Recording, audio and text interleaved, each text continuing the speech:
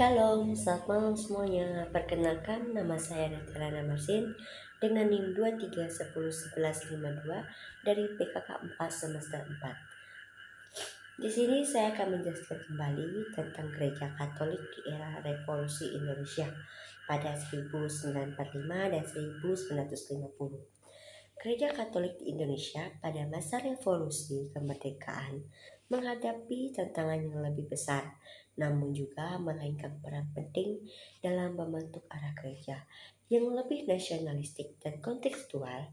Masa ini menjadi titik balik penting dalam perjalanan Gereja Katolik di Indonesia yang semula sangat bergantung pada misionaris asing menuju gereja yang mandiri dan berjiwa Indonesia. Kondisi gereja Katolik pada masa revolusi itu seperti situasi politik dan sosial yang tidak stabil.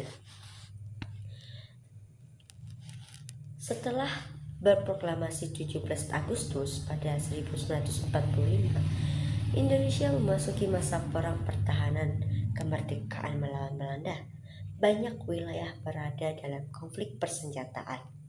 Kondisi ini dampak besar pada pelayanan gereja, komunikasi dan mobilitas pada pastor serta pengiriman bantuan misi sangat tergantung.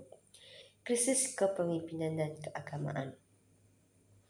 Banyak misionaris asing yang ditahan, diusir dan tidak bisa menjalankan tugas karena dianggap bagian dari pihak penjajah Belanda dan Portugis. Dalam situasi ini, tokoh-tokoh Katolik pribumi mulai mengambil alih dan penting dalam pelayanan umat.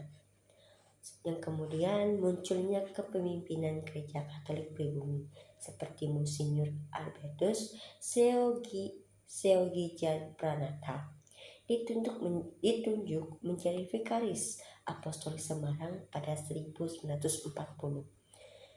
dan menjadi uskup pribumi pertama. Ia bersikap nasionalis dan mendukung perjuangan kemerdekaan, menjabatani antara gereja dan negara. Ia juga aktif dalam menegaskan bahwa umat Katolik adalah 100% Katolik dan 100% Indonesia. Keterlibatan tokoh Katolik dalam perjuangan bangsa. Tokoh-tokoh awam Katolik seperti Kasimo, Ignatius Joseph, Manggu Wijaya, dan lainnya aktif dalam politik dan pemerintahan politik Republik Indonesia. Organisasi-organisasi Katolik seperti Pemuda Katolik mulai terbentuk dan mendukung perjuangan kemerdekaan. Kemudian gereja menyesuaikan diri dengan semangat nasionalisme, yaitu bahasa Indonesia mulai digunakan dalam penjajahan agama dan liturgi, meskipun dalam penuh seperti pasca Konsili Vatikan II.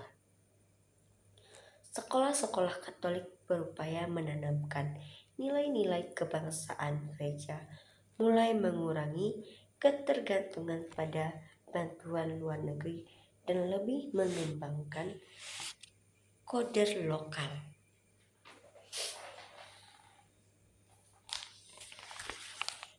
Kemudian peran gereja Katolik dari pewarta ke mitra bangsa. Gereja Katolik menempatkan diri sebagai mitra bangsa dalam membangun Indonesia merdeka, bukan institusi asing. Perjuangan umat Katolik saat itu mencerminkan identitas ganda, setia pada ajaran iman, dan serta pada tanah air. Para revolusi kemerdekaan adalah momen pembentukan jati diri Gereja Katolik Indonesia dari sebuah institusi yang dianggap asing.